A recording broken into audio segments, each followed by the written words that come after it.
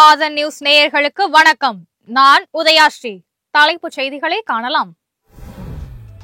தொகுதி மறுசீரமைப்பு நடவடிக்கையை மேலும் 30 ஆண்டுகளுக்கு தள்ளி வைக்க வேண்டும். அனைத்து கட்சி கூட்டத்தில் தீர்மானம் கொண்டு வந்து முதலமைச்சர் ஸ்டாலின் வலியுறுத்தல். தொகுதி மறுசீரமைப்பு தொடர்பான தமிழக அரசின் அனைத்து கட்சி கூட்டத்தில் பாஜக பங்கேற்காமல் தவிர்த்தது வரலாற்று பிழை. விசிக தலைவர் திருமாவளவன் விமர்சனம்.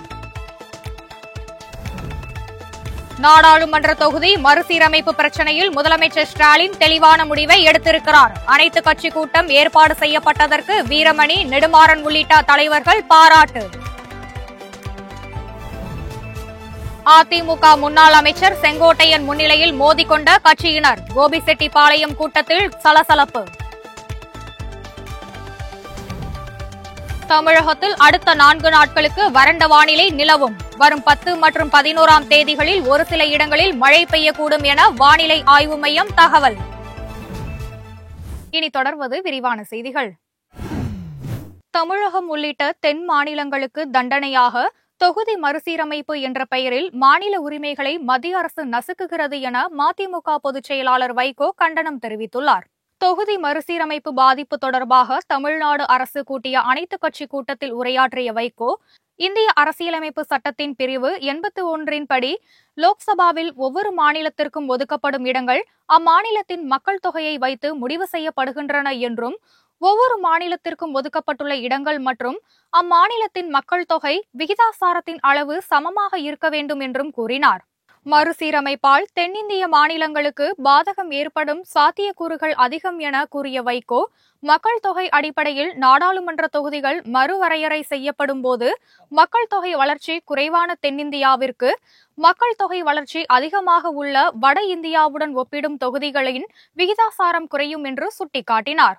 1971ஆம் ஆண்டு மக்கள் தொகையை கட்டுப்படுத்த இந்திய அரசு மேற்கொண்ட திட்டத்தினை தமிழகம் மிக சிறப்பாக நடைமுறைப்படுத்தி மக்கள் தொகையை கட்டுப்படுத்தியதற்கு தண்டனையாக மறுசீரமைப்பில் நாடாளுமன்ற தொகுதிகள் குறைவதை ஒருபோதும் அனுமதிக்க முடியாது என்றும் வைகோ தெரிவித்தார். நாடாளுமன்ற தொகுதி மறுசீரமைப்பு விவகாரத்தில் மிகவும் தெளிவான முடிவெடுத்து அனைத்து கட்சிகளையும் கூட்டியிருப்பதாக முதலமைச்சர் ஸ்டாலினுக்கு திராவிட கழக தலைவர் கி. வீரமணி பாராட்டு தெரிவித்துள்ளார். அனைத்து கட்சி கூட்டத்திற்கு பின் செய்தியாளர்களுக்கு பேட்டியளித்த அவர், சிறிய முரண்பாடு கூட இல்லாமல் ஒருமனதாக நிறைவேற்றக்கூடிய அளவிற்கு கூட்டத்திற்கு தமிழ்நாடு திரண்டு இருப்பது முதல்வருக்கு கிடைத்த வெற்றி மட்டுமல்ல, திராவிட மண் பெரியார் மண் என்பதற்கு எடுத்துக்காட்டு என்றும் கூறினார். 1000 மாறுபாடுகள் இருந்தாலும் தமிழக மக்கள் நலன் என்று வரும்போது அனைவரும் ஒரே குரலில் ஒலித்து தமிழக உரிமைகளை வலியுறுத்துவோம் என வீரமணி தெரிவித்தார். தொகுதி மறுசீரமைப்பு நடவடிக்கையை மேலும் 30 ஆண்டுகளுக்கு தள்ளி வைக்க வேண்டும் என்று முதல்வர் ஸ்டாலின் அனைத்து கட்சி கூட்டத்தில் வலியுறுத்தியுள்ளார். சென்னை தலைமைச் செயலகத்தில் முதலமைச்சர் ஸ்டாலின் தலைமையில் நடைபெற்ற அனைத்து கட்சி கூட்டத்தில் அதிமுக, காங்கிரஸ், பாமக, விசிக உள்ளிட்ட 56 கட்சிகள் பங்கேற்றன.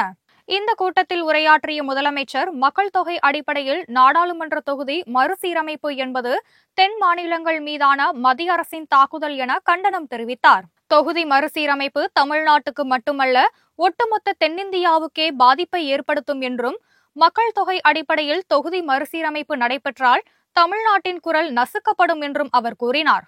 இந்த முக்கியமான பிரச்சினைக்கு எதிராக அனைத்து கட்சிகளும் ஒன்றிணைய வேண்டும் என வேண்டுகோள் விடுத்த முதலமைச்சர், அடுத்த 30 ஆண்டுகளுக்கு தற்போது உள்ள எம்பிக்கள் எண்ணிக்கையே நீடிக்க வேண்டும் என்பதை வலியுறுத்தும் மறுசீரமைப்புக்கு எதிரான தீர்மானத்தையும் முன்மொழிந்தார். தென் மாநில நாடாளுமன்ற உறுப்பினர்களை கொண்ட கூட்டு நடவடிக்கை குழு அமைக்கவும் அனைத்து கட்சி கூட்டத்தில் தீர்மானம் நிறைவேற்றப்பட்டது. கோடை வெப்பம் நாளுக்கு நாள் அதிகரித்து வருவதால் பொதுமக்களை பாதுகாக்கும் வகையில் தமிழகமெங்கும் தண்ணீர் மற்றும் நீர்மோர் பந்தல்களை அமைக்குமாறு திமுகவினருக்கு கட்சி தலைமை வேண்டுகோள் விடுத்துள்ளது.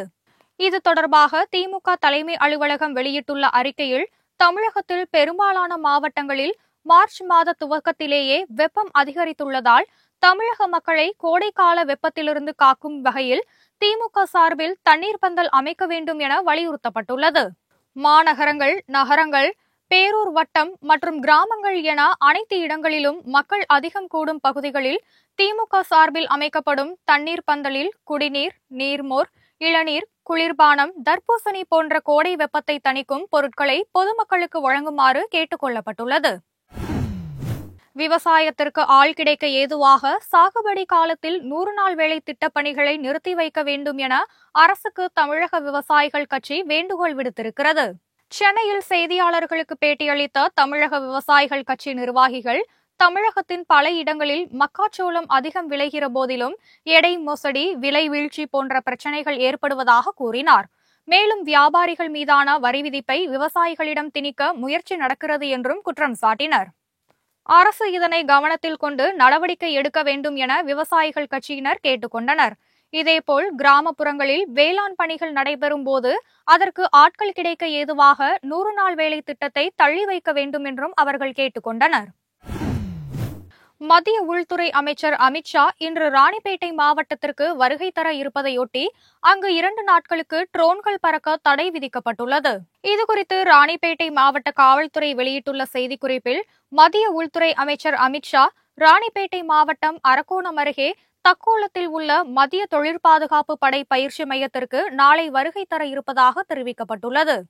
இதனை முன்னிட்டு இன்றும் நாளையும் ராணிப்பேட்டை மாவட்டம் முழுவதும் ட்ரோன்கள் மற்றும் இதர ஆளில்லா வான்வழி வாகனங்கள் பறக்க தடை செய்யப்பட்டுள்ள பகுதியாக அறிவிக்கப்பட்டுள்ளது. ட்ரோன்கள் மற்றும் இதர ஆளில்லா வான்வழி வாகனங்கள் பறக்கவிடும் நபர்கள் மீது சட்டப்படி நடவடிக்கை எடுக்கப்படும் என்றும் எச்சரிக்கை விடுக்கப்பட்டுள்ளது. பிரதமர் மோடிக்கு தமிழ் மீது பற்று இருப்பதாக பாஜக கூறுவது உண்மையெனில், ரயில்களுக்கு சூட்டப்பட்ட சமஸ்கிருத பெயர்களை தமிழில் மாற்ற வேண்டும் என்று முதல்வர் மு.க.ஸ்டாலின் வலியுறுத்தியுள்ளார். இதுகுறித்து அவர் வெளியிட்டுள்ள எக்ஸ் தள பதிவில், பிரதமருக்கு தமிழ் மீது மிகுந்த பற்று இருப்பதாக பாஜக கூறுவது உண்மையெனில், அது ஏன் ஒருபோதும் அவரது செயல்பாட்டில் பிரதிபலிக்கவில்லை என வினவியுள்ளார். நாடாளுமன்றத்தில் செங்கோலை நிறுவுவதற்கு பதிலாக தமிழகத்தில் உள்ள மத்திய அரசு அலுவலகங்களில் ஹிந்தியை நீக்கி தமிழகத்திற்கு அதிக நிதி ஒதுக்கி ஹிந்திக்கு இணையான அலுவல் மொழியாக தமிழை மாற்ற நடவடிக்கை எடுக்க வேண்டும் என்று வலியுறுத்தியுள்ளார். திருவள்ளுவரை காவியமாக்கும் தீவிர முயற்சிகளை நிறுத்திவிட்டு காலத்தால் அழியாத அவரது திருக்குறளை இந்தியாவின் தேசிய நூலாக அறிவிக்குமாறும் மத்திய பட்ஜெட்டின் போது குரல்களை மேற்கொள்ள காட்டுவதுடன் நின்றுவிடாமல் தமிழகத்திற்கான சிறப்பு திட்டங்கள், பேரிடர் நிவாரண நிதி, புதிய ரயில்வே திட்டங்களை உறுதி செய்ய வேண்டும் என்றும் முதலமைச்சர் வலியுறுத்தியுள்ளார். தமிழகத்தில் இயங்கும் அந்தியோதயா, தேஜாஸ், வந்தே பாரத் போன்ற ரயில்களுக்கு சமஸ்கிருத பெயர்களை சூட்டுவதை நிறுத்தி தமிழ் பெயர் சூட்டி தமிழ் மீதான பற்றை செயல் மூலம் நிரூபிக்க வேண்டும் என்று முதலமைச்சர் கேட்டுக் கொண்டுள்ளார். நடிகர் சிவாஜி கணேசன் வீட்டை ஜப்தி செய்ய நீதிமன்றம் பிறப்பித்த உத்தரவை ரத்து செய்ய கோரி அவரது மூத்த மகன் ராஜ்குமார் சென்னை உயர்நீதிமன்றத்தில் வழக்கு தொடர்ந்தார். மறைந்த நடிகர் திலகம் சிவாஜி கணேசனின் பேரனும் நடிகருமான துஷ்யந்த், அவருடைய மனைவி அபிராமி ஆகியோர் பங்குதாரர்களாக உள்ள ஈஷன் சினிமா தயாரிப்பு நிறுவனம் ஜகஜால கில்லாடி என்ற படத்தை தயாரித்தது. இந்த படத்திற்காக வாங்கிய கடனை திருப்பி செலுத்தாததால் நடிகர் சிவாஜி கணேசனின் வீட்டை ஜப்தி செய்ய உயர்நீதிமன்றம் உத்தரவிட்டிருந்தது. இந்த நிலையில் நடிகர் சிவாஜி கணேசனின் வீட்டில் துஷ்யந்துக்கு எந்த பங்கும் இல்லாத நிலையில் வீட்டை ஜப்தி செய்ய பிறப்பித்த உத்தரவை ரத்து செய்ய வேண்டும் என்று சிவாஜி கணேசனின் மூத்த மகன் ராம்குமார் தரப்பில் உயர்நீதிமன்றத்தில் மனு தாக்கல் செய்யப்பட்டுள்ளது. மேலும் சிவாஜி கணேசனின் அன்னை இல்லம் நடிகர் பிரபுவுக்கு சொந்தமானது என்றும் அதில் தெரிவிக்கப்பட்டுள்ளது. இதனைத் தொடர்ந்து ஜப்தி உத்தரவை ரத்து செய்ய கோரி மனு தாக்கல் செய்ய ராம்குமாருக்கு அனுமதி அளித்த உயர்நீதிமன்றம் கடன் பிரச்சினைக்கு தீர்வு காணும்படி அறிவுறுத்தியுள்ளது. ஈரோடு மாவட்டம் கோபிசெட்டிப்பாளையத்தில் முன்னாள் அமைச்சர் செங்கோட்டையன் பங்கேற்ற அதிமுக செயல் வீரர்கள் கூட்டத்தில் இரு தரப்பினரிடமே மோதல் ஏற்பட்டது. இதனால் அங்கு ஒரு பரபரப்பான சூழல் நிலவியது. 2026 சட்டப்பேரவை தேர்தலையொட்டிய அதிமுக செயல் வீரர்கள் கூட்டத்தில் முன்னாள் அமைச்சர் செங்கோட்டையன் பங்கேற்றார். இந்த கூட்டத்தில் செங்கோட்டையன் பேசிக் கொண்டிருந்த போது அந்தியூரைச் சேர்ந்த அதிமுக நிர்வாகி பிரவீன் என்பவர் நிர்வாகிகளுக்கு கட்சியிலிருந்து உரிய முறையில் அழைப்பு விடுப்பதில்லை என்றும் எந்த தகவலும் சொல்லப்படுவதில்லை என்றும் குற்றம் சாட்டினார்.